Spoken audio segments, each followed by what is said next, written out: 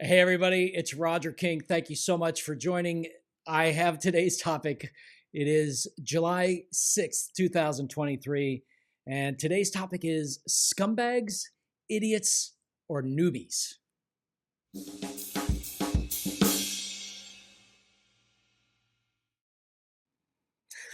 So before we start, just subscribe if you would below. We've got the button, press the button, subscribe, and then you're going to get to see the mostly daily updates that I provide.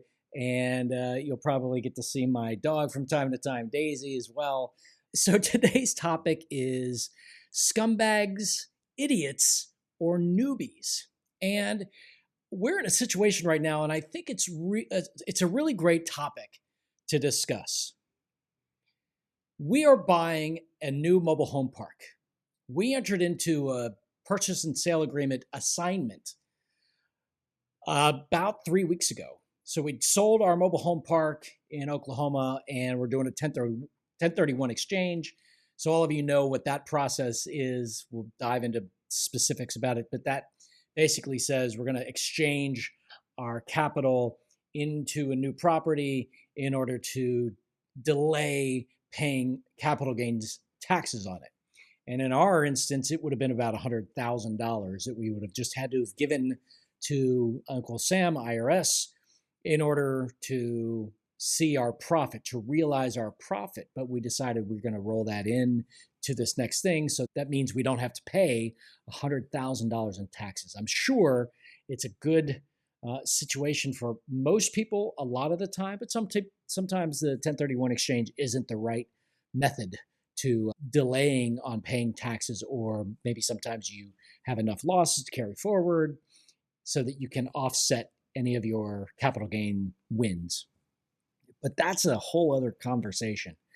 I want to tell you about what's happening with the new property that we're trying to buy. And that is essentially a property that we found, a mobile home park near Chicago-ish area a few weeks ago. And a wholesaler brought it to us. I'm not sure how we came across a wholesaler, but we get a lot of properties thrown at us every day, in fact. So we decided to do a little bit of due diligence, run some preliminary numbers, and jump into this purchase and sale agreement. What's odd is that since we got into it, there have been a number of red flags or even just questions about kind of what's going on. Are the people that we have the contract to purchase with really trying to make sure that this is a legitimate deal, or are they trying to pull one over on us? And we keep running into these red flags and more red flags. And I've discovered, talking with my partner, that there's a whole host of things that are going on that lead me to believe that these people are scumbags. It seems like we've entered into an agreement that these people that are assigning the contract, they're wholesalers, they're assigning us the purchase and sale agreement, that these people, these intermediaries, are acting in bad faith, which to me means they're scumbags. If you know anything about my history, you know that I've had many instances where I've dealt with people who I thought were good guys. I made a video about that a few days ago. The good guys, but then they turned out that they just couldn't execute, or they wouldn't execute. They couldn't move past certain things. And to me, that is a bad faith actor as well as the guy that's determined to screw over other people. I don't do well with either of those people. I'm at the point in my life where I don't want to deal with anybody that's a scumbag or a bad faith actor. I want to deal with good people that are actively operating with the goal being to get it done, to move the project forward, to close it up, to sell it, to buy it, whatever the transaction is. And we're all working towards that same goal on both the buyer and seller side. So when I hear about some of these red flags from my partner, it just rings to me like, guys, you're being scumbags, and there's so many other ways to make money in real estate than trying to pull one over and trying to manipulate information to earn your referral fee or your assignment fee in this instance. What I find interesting is that when you get through several stages of excuses, let's say, where we're asking for information, and one of the things we asked for was the T12. Now, what is T12? T12 are the trailing 12 months rental income. And we want to see that income. We want to also see the expenses. So we know what's been happening in the most recent 12 months. And especially we want to be able to verify the income. And what we got the first time we asked for, hey, send us the T12, is somebody took the pro forma, which is another word for pretend, the pro forma annualized income, and let's just for fun say that was $120,000 for the year. I don't remember what the actual numbers were. But the pro forma numbers were, hey, you're going to see $120,000 after 12 months. Cool. But what they did when we said, show us the actual T12, they simply took that 120,000, divided it by 12, and then put it on a fake spreadsheet that said January, $10,000, February, $10,000, March, $10,000, all the way through. So that entire year's of income was $120,000 magically. And maybe some newer investors would fall for that. But again, my partner and I have been around the block enough times to know that, hey, that is an illogical way to present us the numbers, because we know, I mean, we bought so many properties. I bought hundreds of properties, so I understand what we're actually looking for. My partner has bought probably dozens and dozens of properties. So we know what's going on. We know how to read these reports. We know when they're fake. And so when somebody provides us a fake document like that, man, the red flags. The idea that somebody would try to pass this off as legitimate is illogical to me, because again, there's so many ways to make legitimate money in real estate investing. Even as a wholesaler, as they're trying to present themselves as. Why would they go through this whole process? Well, back and forth. We talked to these wholesalers. We said, look, we've got to talk directly with the seller of the property. And that took another agreement that we got through where we said that we would pay them an assignment fee if we closed on this property. And that assignment fee is significant, $100,000. So we finally got in touch with the actual owner of the property. And there was this whole dialogue just today. I'm changing which information I wanted to share today, because I think that this is really important and will maybe help some people that are either new or starting out, or maybe just remind some experienced investors that when you're speaking directly with the seller, you get a chance to really understand why are they selling, what's their motivation, what the history of it was, either with a real estate agent, broker, or in this instance with a wholesaler. And it turns out the history with this particular property is the seller wanted $3 million. And this wholesaler person put it under contract and then went back and tried to retrade it and talked this seller down to, I think it was $2.7 million. So he shaved off 10%, which good for that guy, good for the wholesaler. You can go in there and negotiate. That's fair. That's cool. I do it. But then when we're still on the phone with the seller, that's $400,000 more than we were willing to pay, because that's what we were told, that the purchase price was $2.3 million.